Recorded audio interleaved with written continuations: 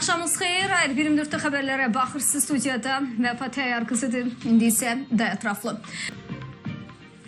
Qardaş, müttəfiq, tarixi şuara çevrilən bir millət, iki dövlətdir. Azərbaycan və Türkiyə. Dünya ölkələrinin etimadını qazanaraq böyük nüfuzu olan dövlətlərimiz bugün iri layihələrin icraçısında masada söz sahibidirlər. Ötən gün İldırım Naxçıvan qaz kəmərinin video bağlantı formatında açılışında Azərbaycan və Türkiyə liderlərinin ötürdüyü mesajlar bunu bir daha sübut etdi. Azərbaycan və Türkiyə arasındakı əlaqələr dünyada bənzəri olmayan ölkələr arası münasibətlər sisteminə daxildir. Dünyanın siyasi mənzərəsinə nəzər salsaq görərik ki, Azərbaycanla Türkiyə qədər bir-birinə yaxın olan başqa iki dövlət yoxdur. Hələ indiki məqamda qlobal gərginliklər fonunda belə birgəliyi təsəvvür etmək mümkün deyil. Siyasi şərhçilər deyirlər ki, iki qardaş ölkənin birliyi təkcə bölgə üçün deyil, ümumilikdə Avrasiya üçün də mühüm amilə çevrilib. Dünya tarihində Türkiye-Azerbaycan ilişkileri gibi gerçekten birbirini tamamlayan, birbiriyle pazarlıksız, hesapsız ilişki içinde olan başka devlet yok.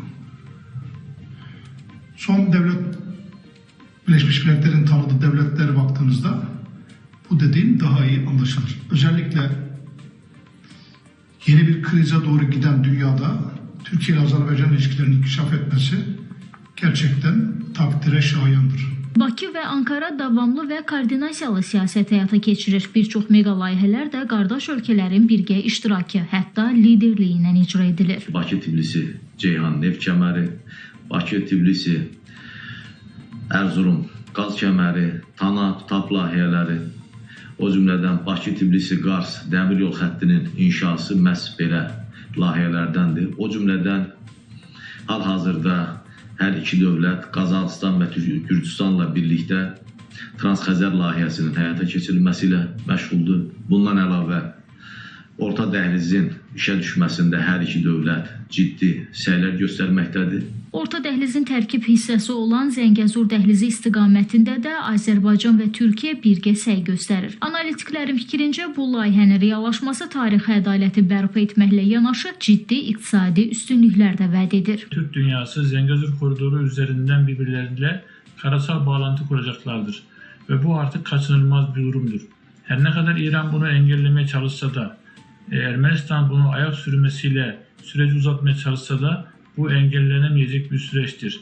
Çünkü Zəngəzur koridoru Pekin-Londra hattında doğrudan 65 ülkeyi ilgilendirmektedir ki Ermənistan ve onun bağlaşıkları buna daha fazla direnemeyecekleri bir süreç çox yaxındır. Ekspertlər bildirirlər ki, Bakı-Ankara münasibətləri müxtəlif istiqamətlərdə inkişaf etməkdədir. İldırım Naxçıvan qaz kəmərinin video bağlantı formatında açılışı bu zaman ölkə başçılarının diqqət çəkdiyi mövzular, ötürdüyü mesajlar Azərbaycan və Türkiyənin siyasi, iqtisadi, sosial və bir çox sahələrdə bundan sonra da addımlarını birgə atacağı şübhəsizdir.